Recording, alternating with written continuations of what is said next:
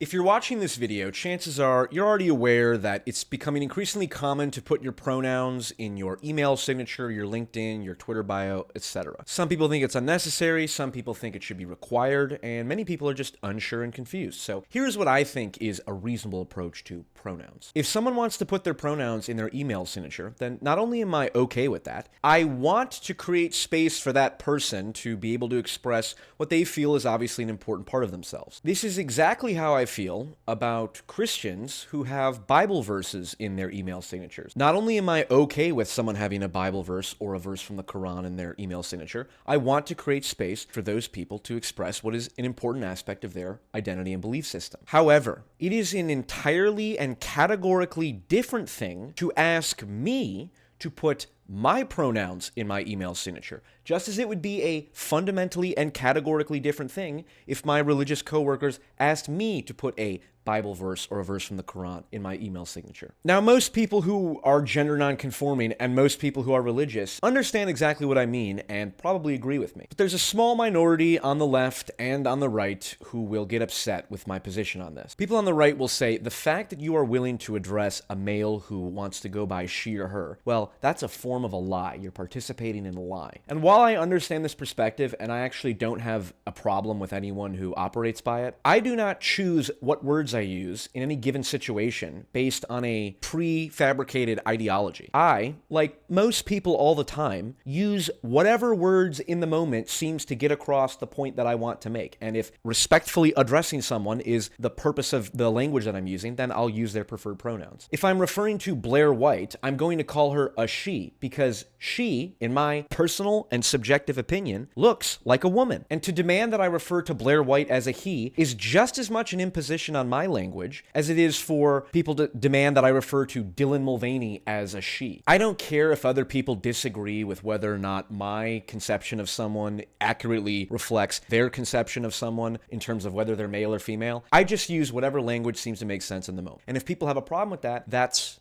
your problem, not mine. Now, of course, a different small minority of annoying people will say something like, it doesn't matter whether or not you feel comfortable addressing someone in the pronouns they prefer. You have an obligation to refer to them as whatever they want because that's their identity. Again, this is a perspective I can understand and in some ways agree with because there are very few instances in my life where I would not address someone as the pronouns they prefer. However, and this has happened, and I know people who have interacted with people where this has happened, if someone wants to be referred to as an it's, then that is a categorically different thing, whether or not that person self-identifies as a whatever it is. I happen to have a value system in which I believe all human beings have inherent worth and all human beings are created in the image of God. To ask me to refer to another human being as an it is an infringement on my value system. And I will not do it regardless of whether or not that person claims that it's part of their gender identity. The same thing goes for pronouns like Zimzer or Bugs or anything that has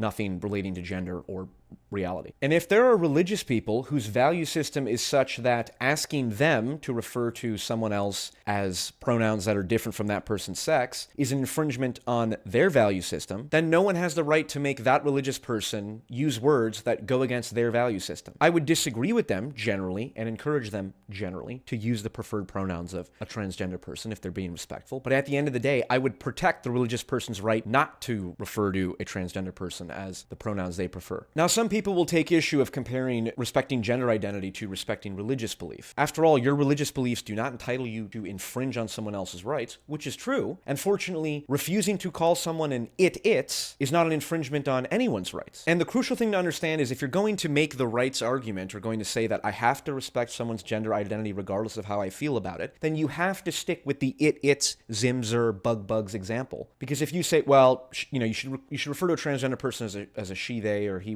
they, or whatever. But that's so extreme it doesn't matter. It's like, no. The entire issue is a minority issue. So if you're going to make the claim that I have to refer to someone based on their gender identity, then you have to defend it in every example. Otherwise, you're imposing an arbitrary line.